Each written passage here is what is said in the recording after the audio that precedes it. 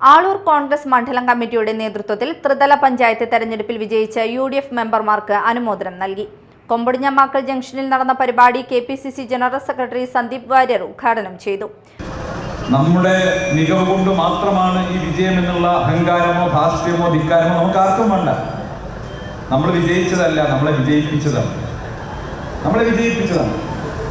10 വർഷക്കാലത്തെ അങ്ങേയറ്റത്തെ ജനവിരുദ്ധമായിട്ടുള്ള ഒരു ഭരണത്തെ പുറത്താക്കാൻ വേണ്ടി ആളൂർ പഞ്ചായത്തിലെ ജനങ്ങൾ മനസ്സറിഞ്ഞ് പോളിംഗ് ബൂത്തിൽ പോയി ഐക്യ ജനാധിപത്യ മുന്നണിയെ അനുഗ്രഹിച്ചതാണ് ഈ തെരഞ്ഞെടുപ്പിലെ ഗംഭീരമായിട്ടുള്ള വിജയം.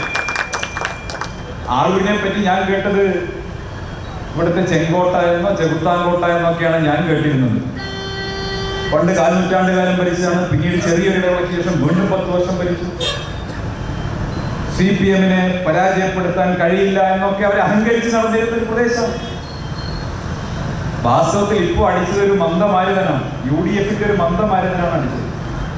UDF-ന്റെ ഒരു മന്ദമാരുതൻ അടിച്ചപ്പോഴേക്കും ആളൂര് പോലെ CPM-ന്റെ ഒരു ചെങ്കോട്ട തകർന്നു വീണിട്ടുണ്ടെങ്കിൽ സഖാക്കളെ, നിങ്ങൾ ഓർത്തോളൂ, 100 ദിവസത്തിനപ്പുറം വരാനിരിക്കുന്നത് UDF-ന്റെ മന്ദമാരുതനല്ല, UDF-ന്റെ കൊടുങ്കാറ്റാണ്.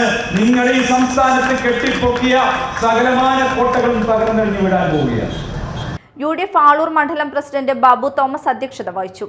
Aloor grama panchayat president Rosily Francis, Irinjalakuda municipal chairman MP Jackson, Aloor grama panchayat vice president PC Shanmukhan, ജില്ലാ പഞ്ചായത്ത് അംഗം Kavya Ranjith, block panchayat vice president Baiju Edathadan, panchayat അംഗം നിസാമുദ്ദീൻ, KP സുരേന്ദ്രൻ, അഡ്വക്കേറ്റ് പോളി അമ്പൂക്കൻ എന്നിവർ സംസാരിച്ചു.